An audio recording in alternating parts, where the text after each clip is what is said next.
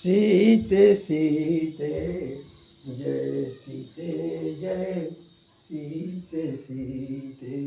मैं कवि रामचंद्र जानकी सिरंदास आपके सामने अपने ग्रंथ श्री सीता रामचरित्र दर्पण नवकांडीय महाकाव्य के आधार पर एक श्री सीताराम आराधना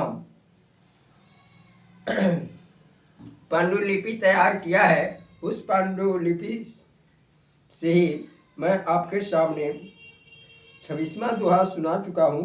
अब 27वां दोहा में प्रवेश करने जा रहे हैं।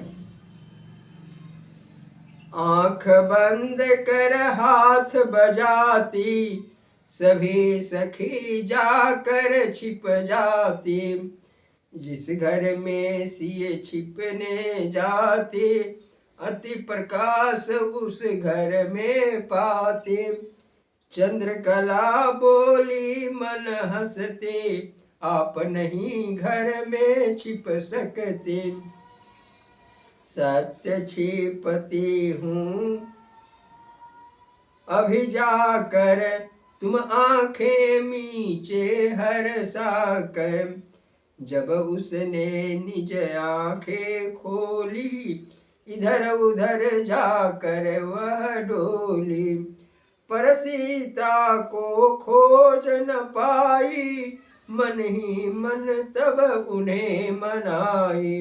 रोदन सुन मन में मुस्काए, दौड़ लगा कर सीता आई। तेरे कहने पर छिप पाई, सखियों साथे क्यों पछताई। असंभव कुछ भी नहीं, जो चाहे सो होए। सर्वव्यापिनी के लिए हर पर, सर्वव्यापिनी के लिए हर पल लीला होए। सीताराम जय सीताराम, चलो पद चिन्ह सीताराम। आंख मिचौनी खेल जो है, किशोरी जी ने कहा अब सभी आंख बंद कर लो, सभी सखी जा करके छिप जाओ। और जिस घर में छिपने के लिए जाती किशोरी जी, लल्ली जी जिस घर में अब छिपने के लिए जाती है, उस घर में वहाँ पर प्रकाश ही प्रकाश आ जाता है, बहुत ही उजाला होने लगता है।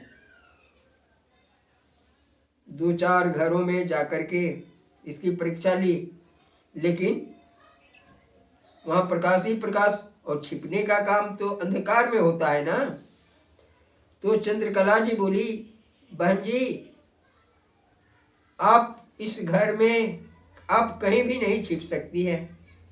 आपके तन से जो ज्योति निकलती है, उस ज्योति के सामने आप छिप नहीं पाते हैं। इसलिए आप ऐसा करें कि हम सबों को केवल खेल दिखलाने का काम करें, आप नहीं छिपे।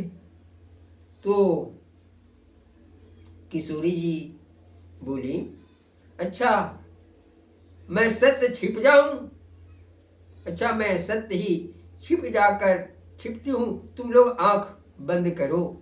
ऐसा कर करके किशोरी जी जब सब सखियों ने बंद आंखें कर ली, तो जब उसने निज बंद कर ली तो किशोरी जी अंतर्ध्यान हो गई।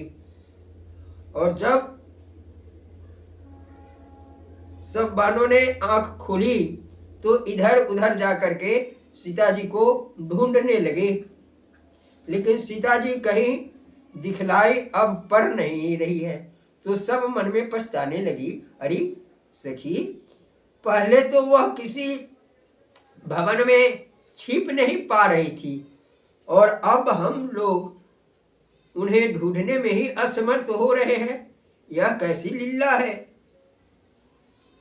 पर सीता को खोज न पाई मन ही मन सब तब उन्हें अंत में बहुत जब थक गई तो उन्हें मनाने लगी। तब रोदन सुन करके वह मुस्काती हुई किशोरी जी उन लोगों के सामने रोदन सुन करके के आ गई, प्रकट हो गई। दौड़ लगाकर सीता आई, रोदन सुन मन में मुस्काई। उन बहनों को रोते हुए देख करके सीता जी ने हंसती हुई वहां प्रकट हो गई। तेरे कहने पर छिप पाई, सखियों साथे क्यों पछताई। जब तूने कहा तुम नहीं छिप सकती हो, और जब मैं छिप गई तो तुम लोग रोने क्यों लगी। हाँ, सखियों साथे पछताने क्यों लगी। तुम लोगों ने कहा छिपने के लिए और मैं छिप गई, तो इसमें पछताने की बात कहाँ हुई। असंभव कुछ भी नहीं, जो चाहे सो होए, सर्वव्यापिनी के लिए हर पल लीला होए। सीता जी के विषय में यह तो सर्वव्यापिनी है ना, इसके लिए कोई भी असंभव कार्य नहीं है। तो वहां प्रकट हो गई जय श्री सीते। यह अब फिर आगे का हम 28वें दोहा में प्रवेश कर रहे हैं। एक बार श्री जनक दुलारी, खेल रही घर में सुकुमारी। दर्पण आगे गई टहलती, बोली अपने आप भी हंसते। तुम किस होकर घर में आई, यह सुंदर छवि कैसे पाई। चलो साथ में बाहर खेलो,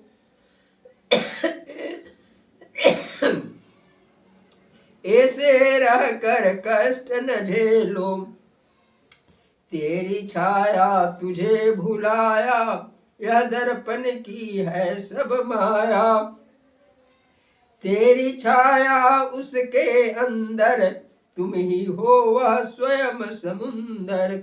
बड़े प्यार माँ गोद उठाई, सिया साथ निज रूप दिखाए। रामचंद्र से लीला करते, जान रही मन कौतुक धरती। एक लहरी ने एक दिना, ले चुरिया बहुरंग। मिलकर रानी से कही, सिया सजाए अंग। सीताराम जय सीताराम, चलो पद चिन्ह सीताराम। एक बार श्री किशोरी जी एक जगह खेल रही थी। खेलते खेलते इनके मन में विचार आया, तो एक कमरे में जाकर के खड़ी हो गई। वहां पर एक आदम कद दर्पण लगा हुआ था, तो दर्पण के सामने वह खड़ी हो गई। जब दर्पण के सामने वह खड़ी हो गई, तो यह स्वाभाविक है कि उसकी छाया जो है उस दर्पण में आ गया। अब वह बाल लीला करने के विचार से वह बेहस पड़ी, और उस छाया से ही किशोरी जी कह रही है, अरे सखी, तुम किस हो करके इस घर में आई हो, और तुम्हारा जो यह सुंदर छवि है, और तुम कहां से पाई हो। तुम देखने में बहुत सुंदर लगती हो। तुम्हारे माता पिता तो बड़े ही सौभाग्यशाली हैं, जो तुम्हें जन्म देकर तुम्हारा हर दिन दर्शन करते हैं। चलो साथ में बाहर खेलो। इस घर में तुम क्या कर रही हो, मेरे साथ बाहर खेलने के लिए चलो। यहां रहकर किसी प्रकार का कष्ट मत झेलो। यह आवाज सुन करके उसकी मां तुरंत वहां आ गई, और माता समझाने लगी, बेटी, तेरी छाया उस दर्पण के अंदर है, और वही तुम्हें भुला रही हो।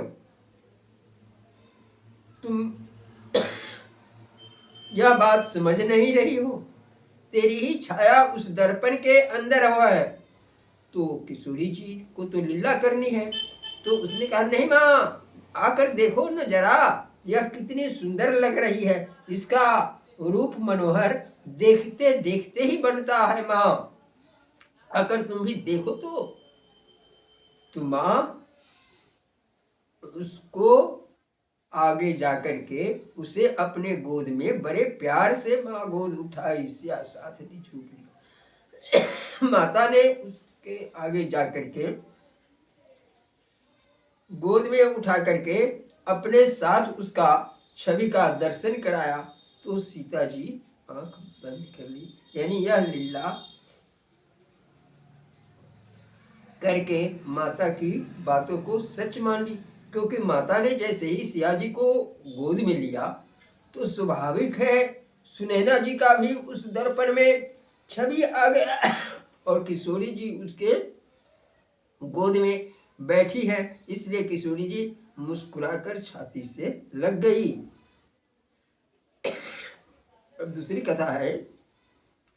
एक लहरिन एक दिन बहुत प्रकार से चूड़ी लेकर के वहां आया और रानी से मिल करके कहने लगी, हे रानी जी, इन चूड़ियों को आप ग्रहण करें।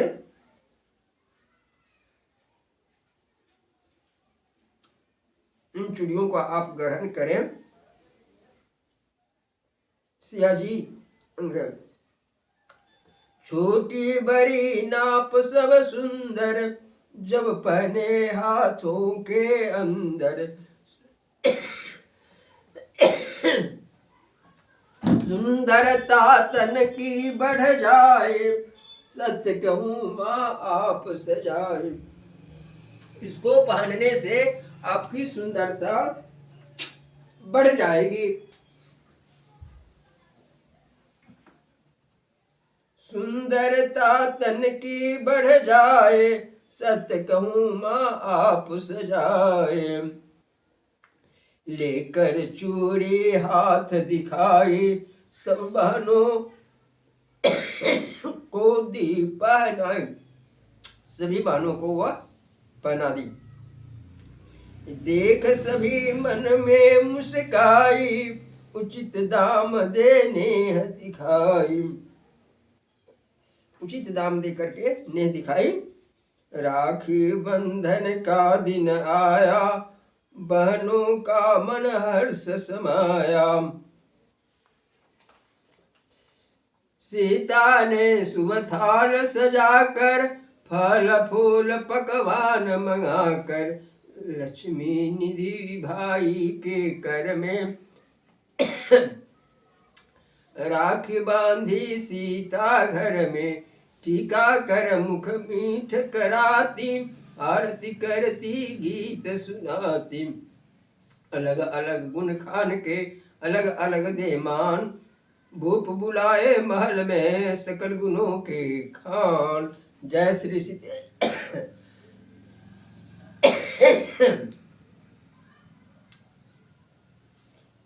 लहरिन ने चूड़ी का हार उन्हें दिखलाया तो छोटी बड़ी सब प्रकार का नाप था। सब बहनों को आदर पूर्वक बुला करके सभी को पहना दी। चूड़ी हार दिखाई, सब बहनों को गोदी में सब बहनों को दी पहनाई, सब बहनों को पहना दी। देख सभी मन में मुस्काने लगी। उचित दाम दे करके ने दिखाई। अब राखी बंधन का जब दिन आया, सावन में राखी बंधन का पूर्णिमा को दिन आता है, बहनों के मन हर्ष समा गया। सीता ने शुभ थाल सजाकर, फल फूल पकवान मंगाकर, लक्ष्मी निधि भाई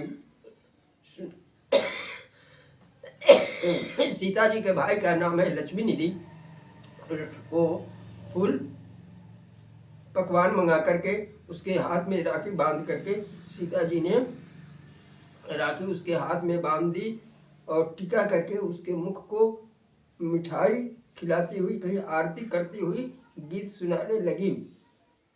और राजा और फिर विदाई हो गई। अलग अलग गुण खान के अलग अलग दे मान, भूप बुलाए महल में सकल गुणों के खान। जय श्री सीते। अलग अलग गुण खान के अलग अलग दे मान, भूप बुलाए महल में सकल गुणों के खान। सकल गुणों के खाम विद्वानों को बुलाए और उससे सीता जी को शिक्षा देने के लिए। इसका प्रसंग यहीं तक रहेगा। जय श्री सीता। यह प्रसंग आपको अच्छा लगे तो कृपया इसे बार बार देखने सुनने का प्रयास करेंगे। जय श्री सीता।